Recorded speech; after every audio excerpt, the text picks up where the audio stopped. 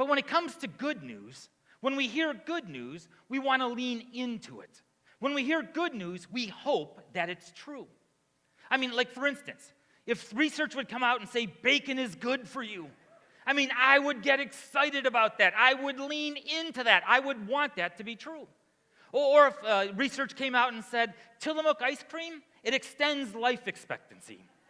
Okay, it decreases weight. I mean, I'd be thinking to myself, that's some news I could use, and I would hope that that's true. See, when we hear good news, we lean into it. When we hear good news, it's like, tell me more, isn't it? Because we want to hear the good news. We want to believe the good news. It was in Luke chapter 2, starting at verse 8. And there were shepherds living out in the fields nearby, keeping watch over their flock at night. An angel of the Lord appeared to them, and the glory of the Lord shone around them, and they were terrified. Remember the next verse? But the angel said to them, do not be afraid. I bring you good news that will cause great joy for all the people. I mean, I find that amazing.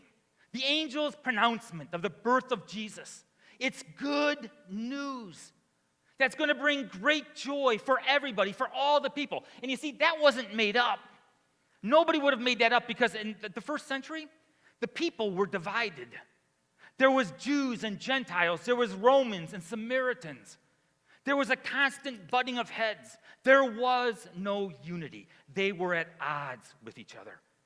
And yet the angel said this good news that's going to bring great joy is for all the people.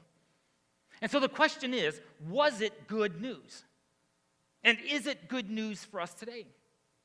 Because right from the very beginning, right from the very start, it has been named gospel. And gospel comes from the Greek word euangelion, which means the good news. I mean, not all too creative, was it? The gospel according to Matthew, the gospel according to Mark, the gospel according to Luke.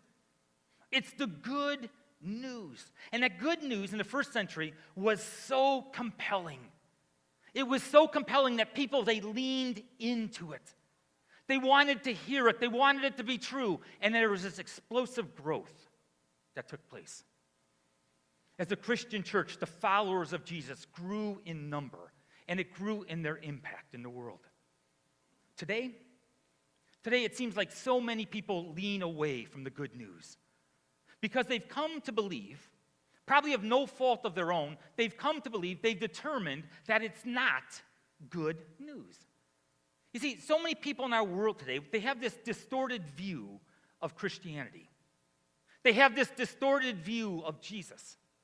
And it might not be your fault or their fault. You might have been exposed to somebody who mistreated you, who called themselves a Christian. You might have grown up in a house where Jesus wasn't taught, or there was this distorted view of who Jesus was and what he expects and what he accomplished for us.